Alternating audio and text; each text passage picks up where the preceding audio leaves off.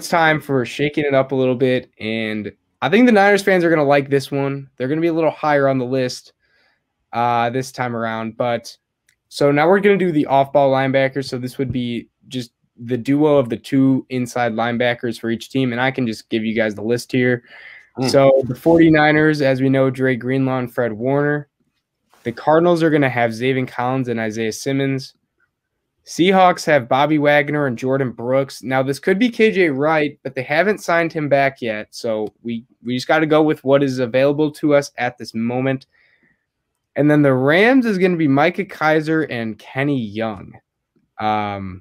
So, Grant, with those names in mind, who do you think is the fourth best in the NFC West off-ball linebacker? I put the Rams at 4. Kenny Young, Mike. Who the hell are those guys? I mean, Kenny Young went to UCLA, did he not? He went to UCLA. Yeah, he's right? not bad. He's not bad. Okay, so he went to UCLA. He's great. But the other guy, Micah Kaiser, I mean, he didn't go to UCLA, so he can't be that good. No, I feel like the Rams spend on like 8 players. They have no depth, and they got to sacrifice something. I feel like this is one of the clear things they've been sacrificing is inside linebacker. They don't even try. So yeah, the Rams.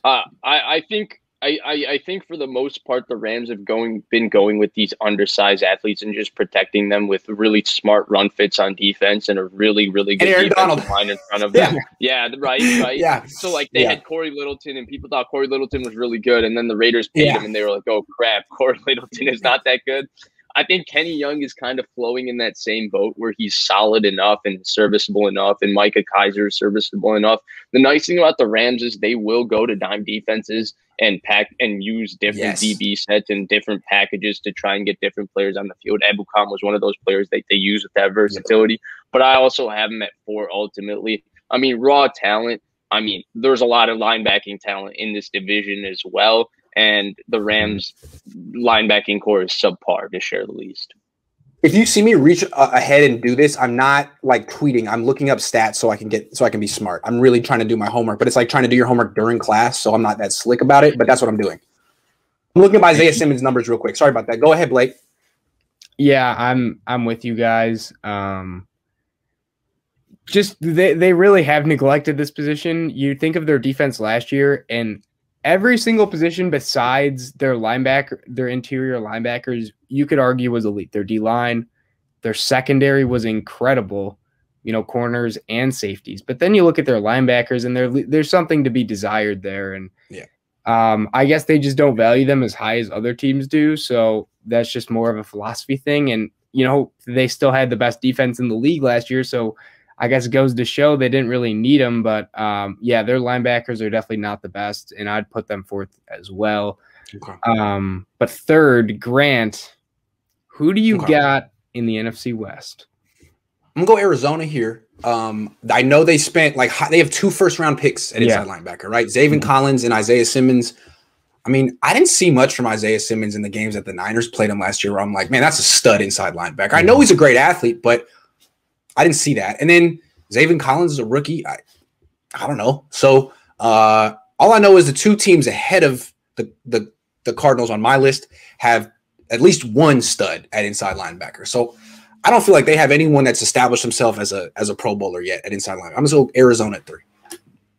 We just keep agreeing, and I think we're going to agree across the board on this one too. I'm also going to go with Arizona at 3, but I'm actually going to go with different reasons.